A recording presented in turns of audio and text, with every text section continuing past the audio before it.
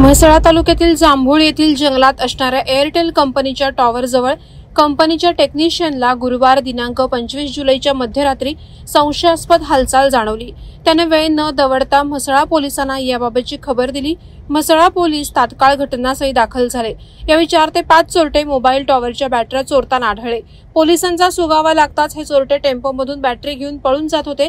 त्याचवेळी पोलिसांनी कोणताही विचार न करता या चोरट्यांच्या टेम्पोचा रात्रीच्या अंधारात जंगलातून थरारक पाठलाग केला।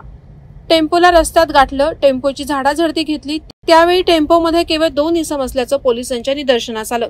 लवकरच काही हालचाल केली नाही तर अन्य चोरटे पळून जाण्यास यशस्वी होतील असं व्हायला नको, म्हणून म्हसळा पोलिसांनी परिसरात लगेचच नाकाबंदी केली। म्हसळा पोलिसांनी तत्परता दाखवल्यामुळे अन्य 3 आरोपी एसटी बसमधून पळून जात असतानाच त्यांच्या मुसक्या आवळण्यात मोठे यश आलं।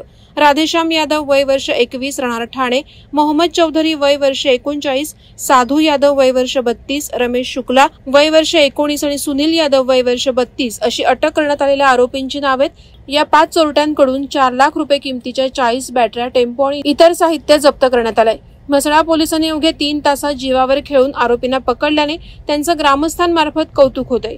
ही कारवाई म्हसळा पोलीस ठाण्याचे सहाय्यक पोलीस निरीक्षक संतोष आवटी, पोलीस उपनिरीक्षक DV एडवळे, संतोष चव्हाण, किशोर जाधव, स्वप्नील निळेकर, सागर चिंतारे, समर्थ सांगले, प्रकाश हंबीर, घनश्याम पगार, विवेक ठाकरे, मनोज मंडवी आणि तनपुरे या पोलीस पथकानं बजावली।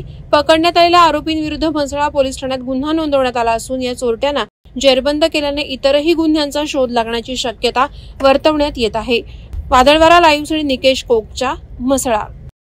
नवी मुंबई व रायगड जिल्ह्यातील ताज्या बातम्या आणि घडामोडींसाठी सबस्क्राईब करा वादळवारा लाईव्ह चॅनल आणि दाबा बेल आयकॉन।